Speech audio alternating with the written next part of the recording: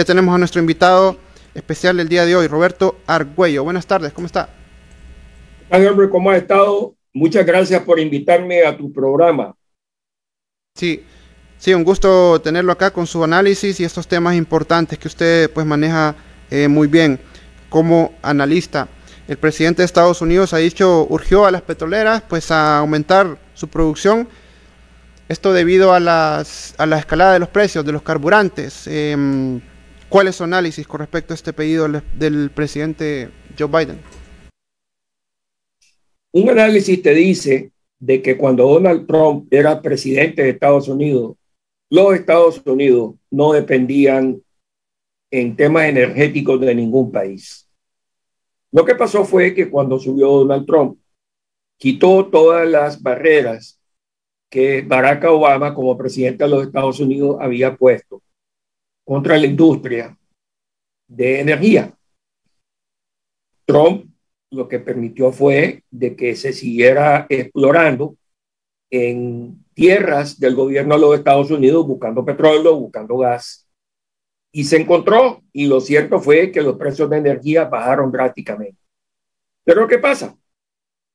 Joe Biden es como un abanico de diferentes grupos y uno de ellos exigía que todas las políticas de Trump fueran cortadas de inmediato. Y entonces, el mismo día que Joe Biden asumió la presidencia de Estados Unidos, cortó todos estos programas efectivos que tenía Donald Trump.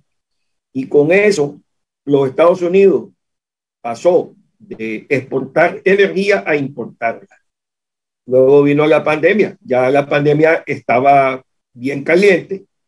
Y como tú sabes bien, cuando se detuvo el mundo, aunque no se cerró, se quedaron muchos barcos llenos de petróleo que no podían bajar ese petróleo. Entonces se apagaron las refinerías. Y de pronto, conforme fue pasando el tiempo, que se fueron abriendo las economías. Y dentro de eso, te cuento, de que los gobiernos regaron de dinero. Aquí en Estados Unidos fueron trillones de dólares que se soltaron para mantener la economía. Y de pronto se abre la economía, están los consumidores llenos de dinero, no se está produciendo. Y entonces cuando tú tienes un desbalance entre los dólares, muchos dólares persiguiendo poco, viene la inflación. Y dentro de la inflación, como tú estabas hablando correctamente, aquí en los Estados Unidos se está diciendo que la inflación promedia un 8.4% a este mes. Pero lo cierto es que la gasolina desde el último año se ha subido 100%. La renta en los Estados Unidos se han subido un 40%. El valor del huevo se ha subido 80%. Y entonces la inflación golpea a la clase trabajadora, no golpea a la gente que tiene mucho dinero, golpea a la clase trabajadora. Y es un impuesto que se le mete al mundo. Y entonces, ¿qué pasa? Cuando tú tienes que frenar la inflación, ¿qué hace el Banco Central? Chupa, saca de circulación dólares. ¿Y cómo lo hace? Primero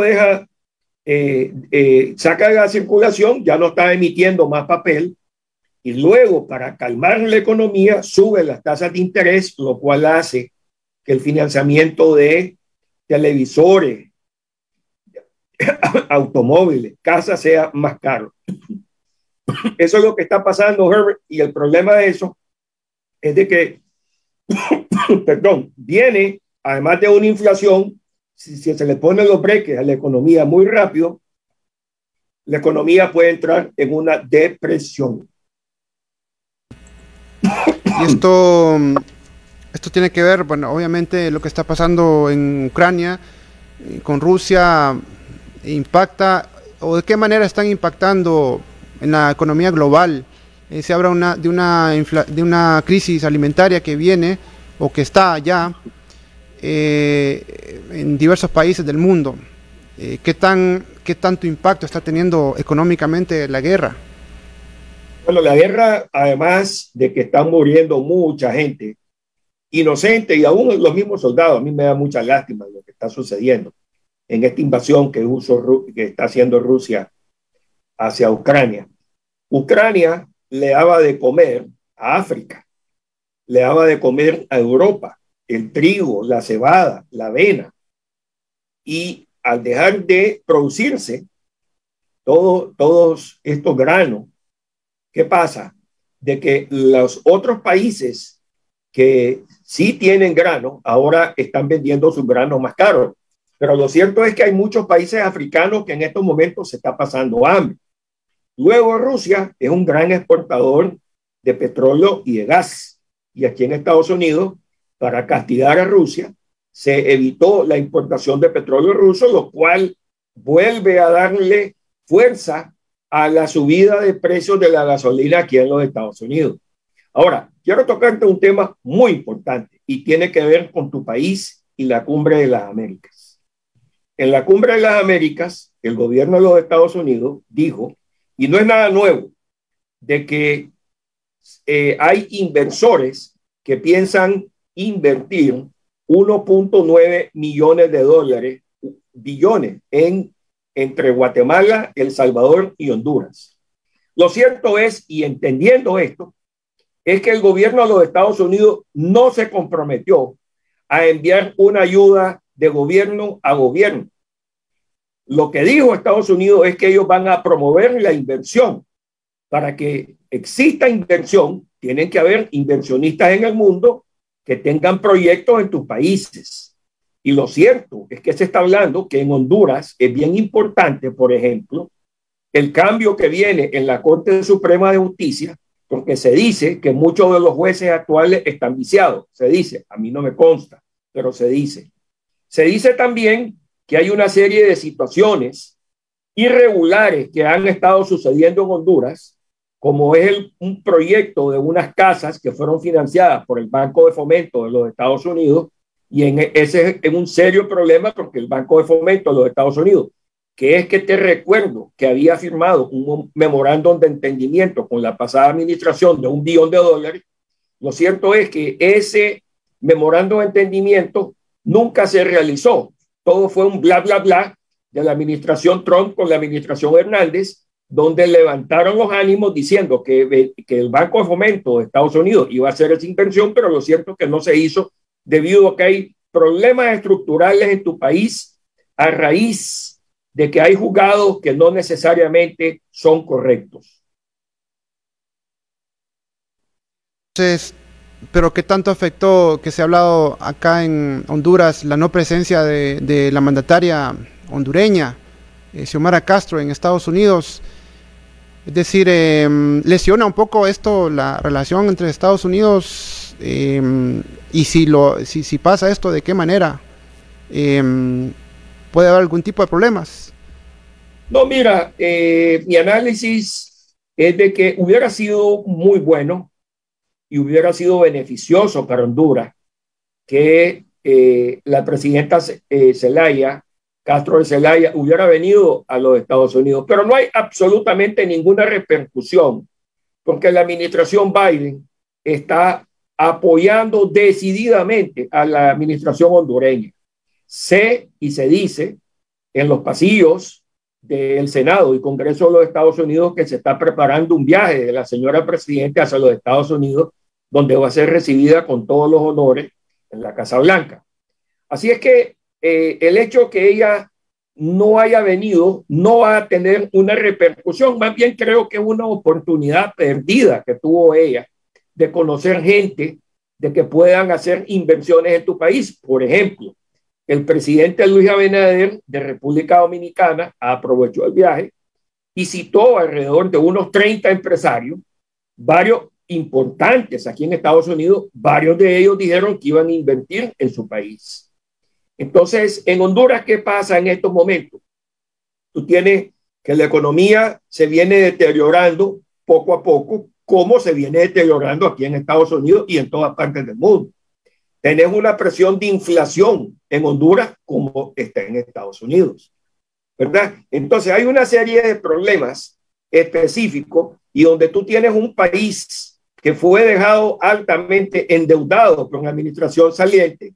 ¿Y qué le corresponde a un gobierno nuevo es refinanciar la deuda que fue adquirida por el gobierno pasado, tal vez en mejores términos y condiciones, lo cual es bastante difícil debido a que los intereses van a subir, pero luego poder atraer la inversión en el país, que es algo tan necesario que crea trabajos y además genera impuestos. Y con esos impuestos el gobierno, si los invierte bien, puede mejorar la situación de todos los hondureños. La inversión, pues, lo hemos comentado mucho acá, el tema de la inversión, qué importante es, porque el hondureño lo que ocupa es trabajar, pero muchas veces se olvidan los temas, este tema se olvidan, no se pone en preocupación y se están manejando otras cosas que no benefician al pueblo. Lo hemos dicho reiteradas veces. Hay una expresión que se está manejando en el actual gobierno, pues se maneja mucho. Se recuerda lo que se hizo la administración pasada y se ha dicho que, bueno, esto es muy cierto, que se dejó una precariedad económica. Es cierto, muy cierto, pero se está repitiendo mucho.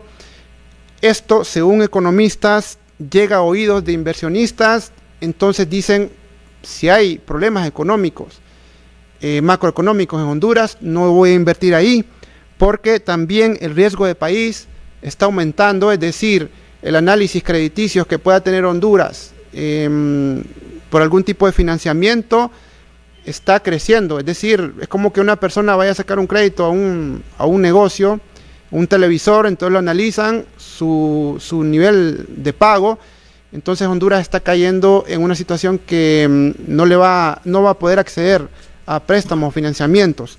Entonces, ¿cuál es su punto de vista con respecto a esto? Este diálogo pues político que se está repitiendo de que Honduras está en precariedad económica. Mira, todos los países a lo largo de sus historias tienen declives en sus economías. El hecho de que existe una situación precaria en la economía de Honduras, yo no te diría que es mayor problema, más bien lo veo como una oportunidad. El problema que hay que ver es que si tú haces un análisis por qué la gente prefiere invertir en Estados Unidos y no en países como Honduras, es que aquí en los Estados Unidos se respetan las leyes. Si tú compras una casa, la casa es tuya, está registrada bajo tu nombre. Si tú tienes una empresa, la empresa es tuya. El tema es que los niveles de corrupción que hay en la justicia hondureña, ¿verdad?, es enorme en comparación a los niveles de corrupción que hay en la justicia de los Estados Unidos. Aquí en los Estados Unidos existe corrupción, pero es mínima. Y si aquí te agarran corrompiendo, te meten preso y puedes ir preso de por vida. Y ya tenemos varios ejemplos de varios hondureños que han sido deportados a los Estados Unidos por temas de corrupción. El problema de eso es de que viene una empresa, invierte en tu país y de pronto le meten una demanda en un juzgado lejos de donde se hizo la inversión, compraron a un juez en uno de estos pueblitos, ¿verdad? Y luego comienza todo un proceso judicial que termina eventualmente en la Corte Suprema de Justicia, que generalmente en el caso pasado era controlado por el presidente Hernández, y entonces le ponían la pistola a los diferentes empresarios, donde le decía, o jugás conmigo o dejo que la Corte Suprema de Justicia se vaya en contra tuyo. Cuando no hay un proceso de ley, es lo que afecta verdaderamente a la inversión. Entonces a mí me parece que este gobierno de la presidenta Castro de Zelaya, ahora con el nombramiento de los nuevos jueces de la Corte Suprema de Justicia, tiene la oportunidad de que la justicia de Honduras de verdad se haga justicia. Y entonces es un gran movimiento que va a surgir dentro de tu país, que va a incentivar, cuando haya justicia, de que lleguen los inversores a tu país. Muy importante. Y se habla también de que no sean personas políticas, es decir, que no favorezcan pues a grupos políticos, como siempre ha pasado en Honduras. Otro tema importante, Nicaragua, mediante un decreto, pues va a permitir el ingreso de armamento o tropas rusas a su territorio. en momentos cuando también se está dando un problema en el Golfo, y esto siempre se ha dado, que pescadores hondureños pues son ahuyentados por naval nicaragüense, no digamos cuando tengamos tropas rusas, ni pensarlo, pues lo que puedan hacer con los pobres pescadores hondureños. Entonces, ¿qué repercusiones tendrá tener no solo para Honduras, para el área, para toda América, podríamos decir, tener tropas o militares rusos en Nicaragua y principalmente pues para Estados Unidos? Mira, esto que está haciendo Daniel Ortega no es nada nuevo. Ya en el pasado han llegado barcos rusos, tropas rusas a Nicaragua. Lo nuevo es que está metiendo esta ley cuando hay una guerra donde Rusia ha invadido Ucrania. Hoy el mundo está unido en contra de Rusia. O sea que es un mal movimiento, creo yo, del presidente Ortega de estar haciendo esto que es innecesario. Como respuesta de eso, Juan González, que es miembro del Consejo de Seguridad Nacional, salió diciendo ayer públicamente que es posible que saquen a Nicaragua del CAFTA por un tema de seguridad nacional de Estados Unidos, lo cual se puede hacer, ¿verdad? Quebrar el CAFTA no es así de fácil, pero cuando ya está la seguridad de los Estados Unidos en juego, es algo de que Juan González esté explorando en estos momentos. Lo dijo el día de ayer. Y lo platiqué con una serie de amigos míos que están en el Senado de Estados Unidos, que aparentemente la administración Biden está analizando eso. Tú te puedes imaginar qué pasaría si a Nicaragua la sacan del CAFTA, el caos que hubiera en Nicaragua, porque el 80% de las exportaciones de Nicaragua vienen hacia Estados Unidos. Luego te puedes imaginar el caos que hubiera dentro de Nicaragua, que tendría un efecto enorme en Honduras, porque Nicaragua, después de todo, tiene un área muy comercial y comercia muchísimo con Honduras, que es el país hermano por excelencia de Nicaragua, y Honduras.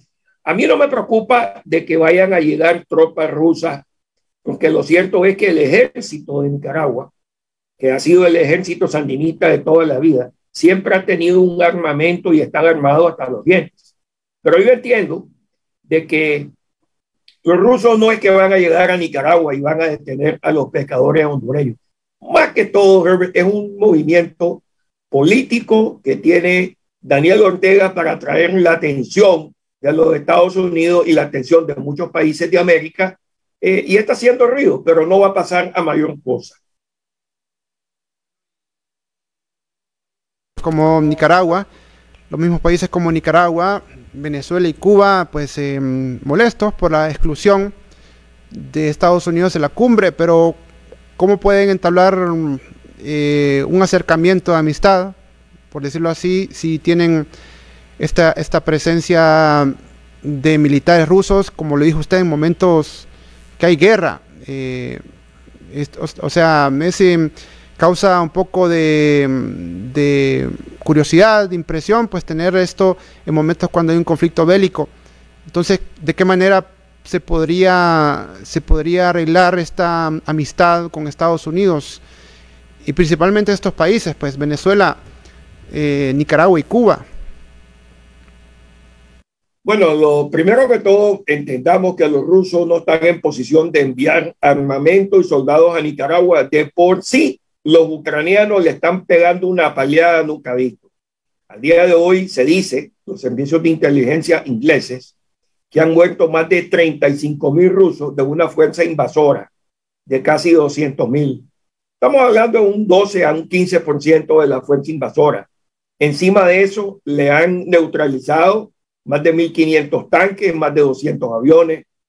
Lo cierto es que Rusia está utilizando a todo su armamento y todos sus soldados para ir a pelear a Ucrania, que Rusia es, como tú puedes entender, un país 10 veces el tamaño de Ucrania, que es un paisito, ¿verdad? Entonces, de que Rusia vaya a enviar soldados a Nicaragua, no creo.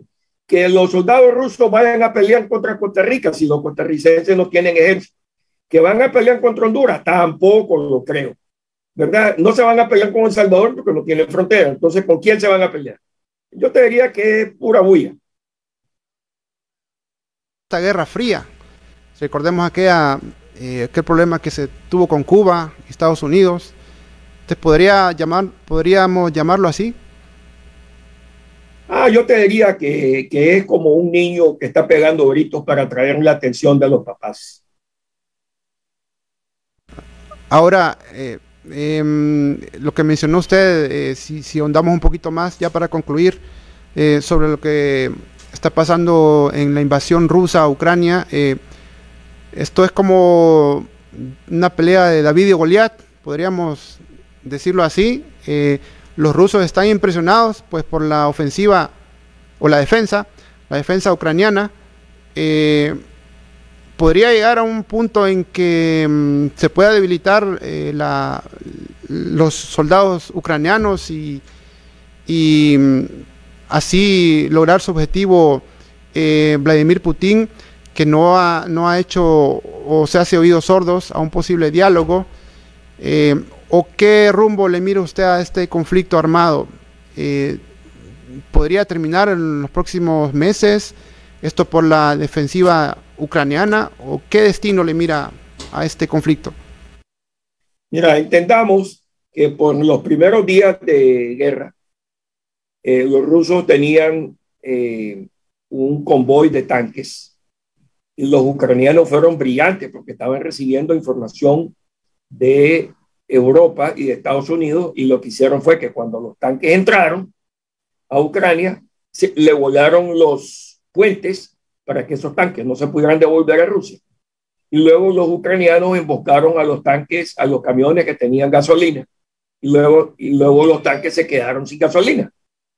Fue exactamente lo que le pasó a Hitler con muchas de sus divisiones Panzer, que sencillamente se quedaron sin gasolina, especialmente en los últimos años. Luego Rusia, Putin, cambió de dirección y entonces decidió nombrar a un general experimentado, asesino, ¿sí?, capaz de destruir cualquier ciudad, como han estado destruyendo ciudades que tú has visto, de que hay ciudades de 100,000 habitantes donde ya no quedan ni 500 habitantes ahí porque no dejaron nada, no dejaron un solo edificio. Y entonces hoy Rusia se ha tomado el 20% del territorio de Ucrania. Yo creo que va a llegar un momento, Europa y los Estados Unidos se van a sentar con el presidente Zelensky y le van a decir, ya no más. Y ese ya no más significa, ya no te voy a enviar más armamento, te vas a tener que sentar con Putin a negociar. Hoy por hoy, el presidente ucraniano, que ha sido muy correcto en todas sus actuaciones, ha dicho que bajo ningún punto Ucrania va a ceder ni un centavo, ni un pedacito de su terreno, pero lo cierto es que ya los rusos controlan el 20%. Con ese 20%, Putin ya puede declararse victorioso. Por el otro lado, los ucranianos también se pueden declarar victoriosos, porque lo cierto es que, a como iban las cosas al comienzo de esta guerra, hace 110 días, toda Ucrania hubiera quedado bajo el yugo de los rusos. Entonces, aquí hay como un empate.